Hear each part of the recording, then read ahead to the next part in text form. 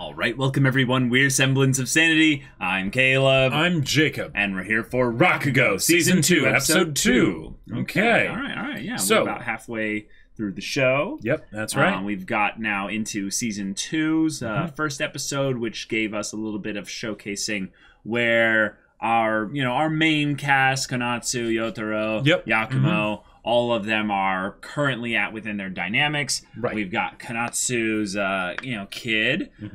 We've got Yotaro like trying to be a very conscientious good boy and like help her and be like, hey, but why don't we get together? We can do this. Yeah, I'll make you laugh. Like it'll be wonderful. And it's great. Maybe she's up for it. We'll see. We'll see. Yeah. But we've also got Yotaro taking the Sukeroku name, and that's bringing a new character into his life. Definitely, Hisan. Hisan, yes, the writer. Who apparently was that one dude that Yakumo rejected for the apprenticeship way back when in season 1. Oh boy. Yeah.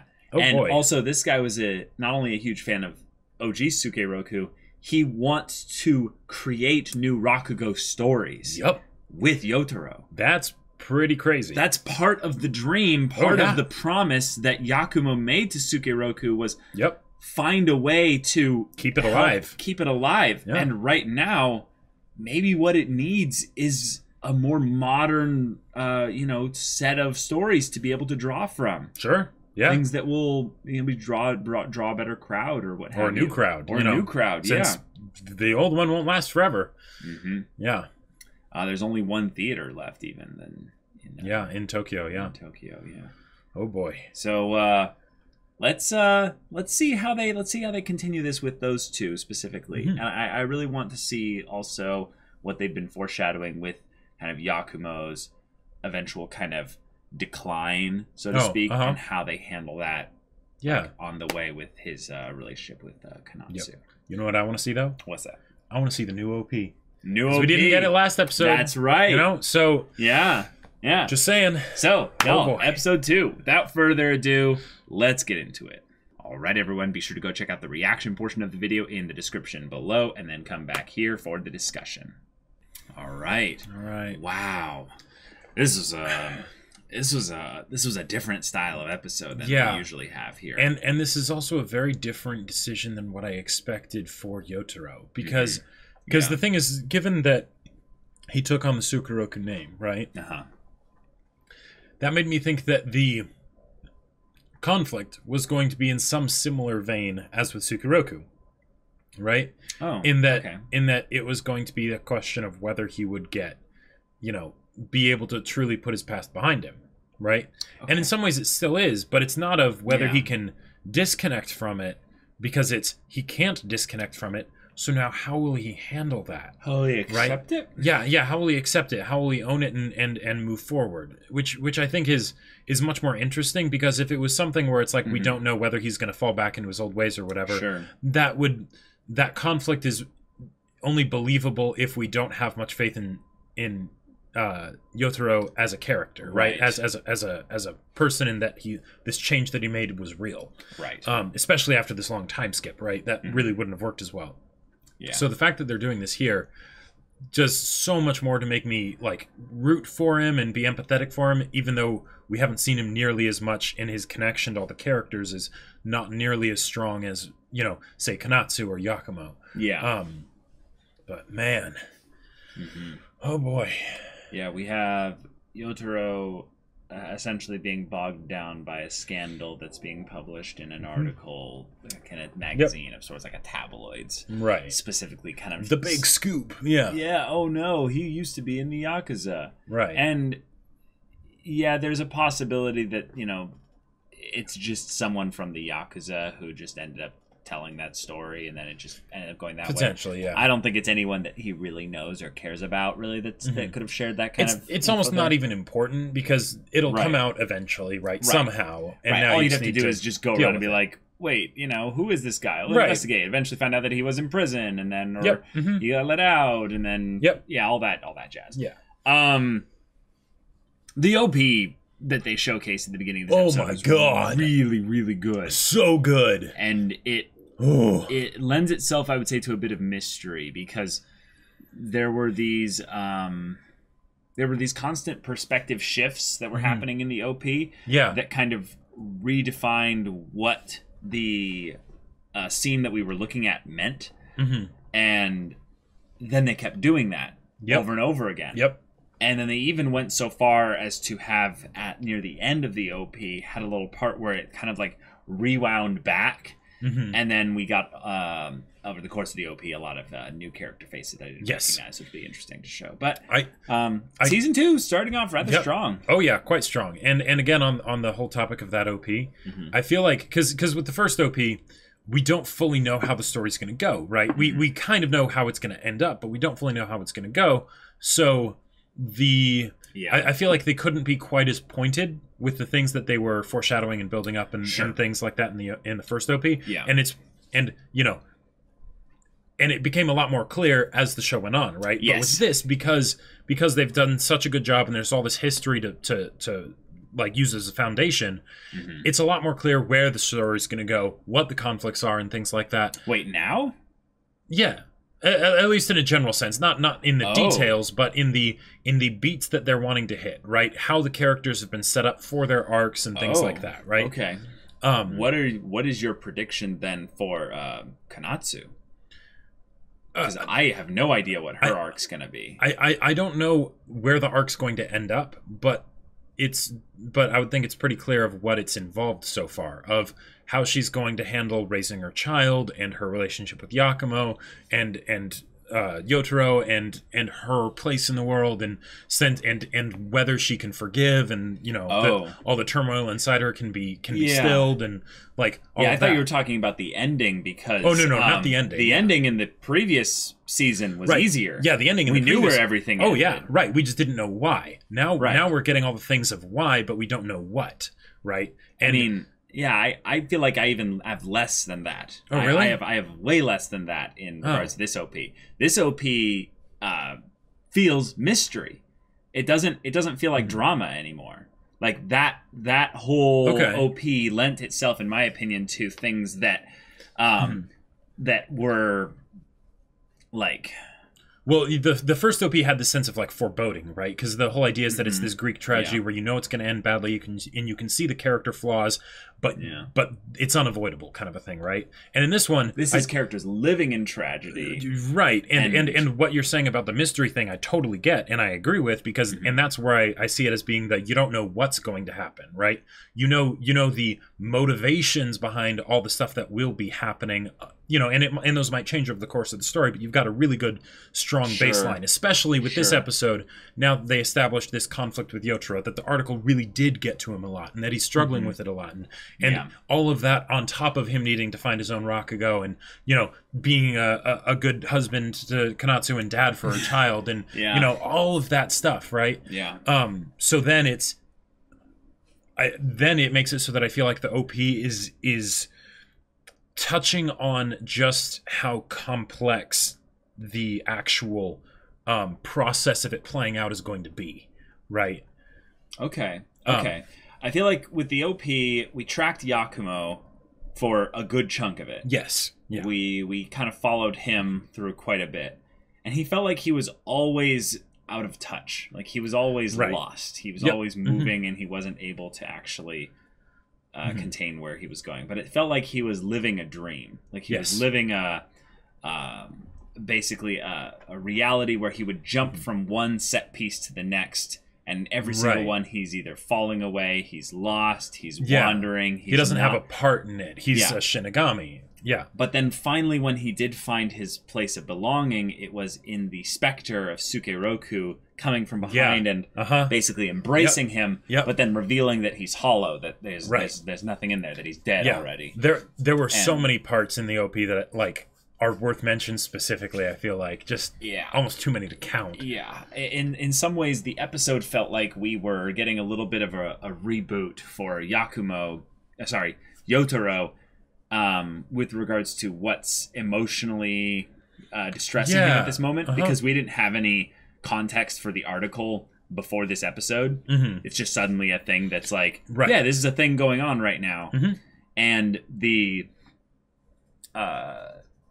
the aspect of him being a couple, already having like a registered marriage license with Konatsu, it just jumped ahead through all that rather quickly.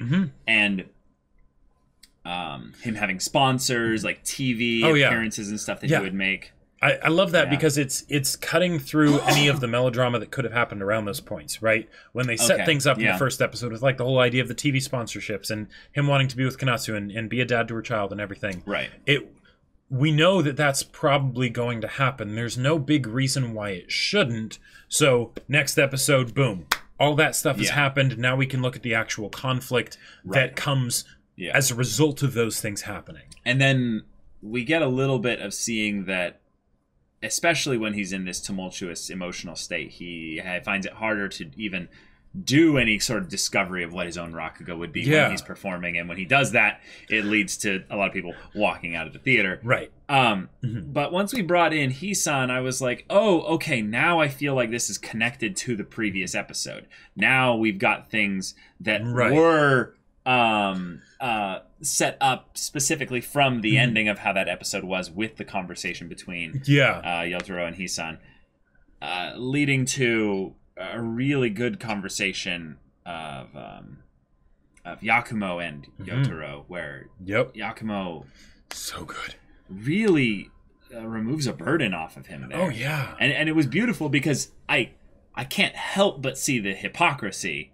in it, but it's, you give the advice usually that is most helpful for you, rather than we're sometimes selfish beings like that, and that Yakumo is saying the things that are probably actually more helpful for him than they are even for Yotaro, but they are actually conveniently helpful for Yotaro in some ways.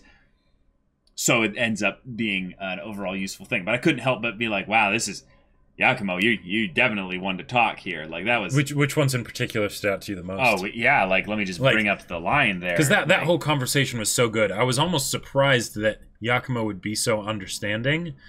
That's why I think it's a little bit... It's a little bit of a... it's a little bit of a thing of where... It's real in that it is it is showcasing his empathy, but it's something that applies very well to Yakumo's situation. Show me that scar. It's like, what do you have to hide? And then when he looks at it, you need to start facing your past. Yes. Don't cut yourself off from it. Embrace it. Never forget your sins. That is the nature of karma. Yeah. And it's interesting because what he's saying there is like, don't cut yourself off from the past. You drew the awesome bit of connecting that with Sukeroku's, the difference between him and Sukeroku's story, and that Sukeroku did kind of cut himself off from the past. And in this case, he needs to embrace it. But this is someone who's been living with the past in his house, and it wants to kill him. And he wants it to kill him also. Yep. And yet, his version of never forget your sins is hold on to your shame. That is the nature of karma, because in order to have, like... Yeah. Like, it's, it in some ways, it's... now, I don't know much about karma as far as a philosophy. I know the basic kind of TLDR. What goes around comes around, yeah. Right. But there's obviously more to it than just that. The idea that Yakumo would be the one to kind of encourage that type of philosophy behavior. It's something that, and to me, drips of like, oof, that hurts. And it's like extremely... I don't know. Maybe it's not hypocritical as much. Maybe it's more of a thing of where he acknowledges it because he feels like he deserves it. Sure. Yeah. It's right. It's that. Yeah. It's something where there's the statement and there's how he says it and everything, which has so much more to it, right? So many layers to it because we know his history and everything, and yet a lot of what he's saying, or specifically the thing about don't forget your sins, right? There's an aspect of that can be basically shoulder the responsibility for your past, and own it, right? Don't try and pretend that it didn't exist, right? Yeah. We don't know though, because with where Yakumo's at, he's not in a very positive mindset, shall we say? He's not in a very optimistic outlook for the future. He's not in a very take personal responsibility kind of situation. So that colors a whole lot what he says. Right. And it's something where I want to see his responses kind of get peeled back. Yeah. I would love to see something where the conversation kind of gets reversed, because I feel like whenever he's talking with Konatsu, there's so much emotion, like just raw emotion that's still there surrounding the whole topic, that a conversation can't really be had. It's just a mutual monologuing and having a mutual understanding of how they feel, right? Whereas with Yotaro, maybe so and then we have the two of them, Hisan and Yakumo, having a conversation where they're having this Hisan's excitedly telling him about his dream and what have you. And then this is, again, someone that looks... I can't not notice the similarities in how he looks to Sukeroku. Oh, sure. Just, and the idea that he's talking about the... And Yakumo's promise there. And then he's saying, well, you know, even if you won't tell me a lot of the things I learned from back then... Right. You've told him obviously the story, so I'll get what I need out of him there. It almost seems like a threat. It does almost, because I think the reason why they're framing it this way, to where it makes it feel like a threat by having us show him looking worried, is that Yakumo has a lot of let's just say, how would I say this? Yakumo has his own scars, like a tattoo on his back. Right. And he's not showing them. Right. It's all. Right. Meaning that Yotaro might have seen, like, pretty much all of them. Like, he's probably seen, like, the majority of it. Yeah. But the idea is that he told Yotaro that there's things, though, that he doesn't want other people to know about. Yep. Totes. And, the fact that he brings up Miyokichi's name and he's like, wait, how do you know that name? Yeah. I do like the fact that you're like, wait, maybe there's something there. That immediately after he goes, why do you know that name? We then see Konatsu arriving back at the house. And she looks a little stern, and there was a person driving the car that might. Let's see. Oh, and he's in the back of the car. Yeah, so... Yeah. Oh, no, he's not driving. You're right. Yeah, he's in the back of the car. So. Yep, that is a very good likelihood. That might be the baby daddy. Might be the baby daddy. Yeah. One of the things I thought was really cool that I wanted to bring up was how I feel like this episode is basically a way to show that even though he took the Sukeroku name, he is not Sukeroku. Right, he can't be. He can't be. Right, and that's kind of a problem. The fans are going to reject him when he tries to be Sukeroku. Oh, definitely. Yeah. And yet, there's that part where Hisan is saying, like, "Yeah, let's drink," and he's like, "Nope, I can't. I can't drink. I got to go practice." Right. And that was the thing that Yakumo was always telling Sukeroku of, you don't practice enough, and you're constantly out drinking. Right. You know, why do you do that? And it's the idea that even though there's all that pain, and even though there's all that stuff, it's something where Yakumo, maybe it's just because that's how he is, so that's naturally how Yotaro is, being his apprentice or whatever. Sure. But it could also be that basically Yakumo has been taking steps to try and ensure that the same thing doesn't happen to this boy. We know we know he has. Right. He was very strict with him as he took those years to acquire his skill, and he basically forbid him from doing a whole bunch of Sukeroku type things. Right. So yeah, that's definitely the case. My final thing I want to bring up this episode that was rather like heartbreaking is everything involving the baby and the way this was. Okay, I am not a technical BTS kind of anime type person. I don't know what goes on behind the scenes. I don't know a lot of how anime is produced or made or what have you, but the scenes where they are allowing themselves to take their time to set the stage for an emotion and then take you, the viewer, on an emotional journey. The minute we start with seeing this cute little chubby little baby waddling around, and I'm like, oh my god, I'm so cute. So cute. And he waddles crawling towards the floor, listening to music and what have you. And you know, of course, we have the opposites dynamic going on here. Oh, definitely. The past, maybe even also as well. Sure, the past, the future, the young, the old. You know, there's a lot of themes color going on here. Yeah, it's wonderful. And then Joy, the fact sorrow. that he has like the little cute moment of like, yeah. I'm like, wait, like this is just a comedic scene, but like I'm getting like potential like thematic foreshadowings from this almost. Like, since it wasn't that the baby wasn't just crapping itself, right? Right, it's almost like the baby subconsciously knows this big gaunt thing was the source of pain for my mom or something like that. Like there's all these little things totally. where I'm like, definitely that could totally be a thing because babies are just sponges for information, and if the baby constantly notices that this guy doesn't like my mom and my mom doesn't like this guy. But then of course then he shifts right back into cooing and so cute, and then.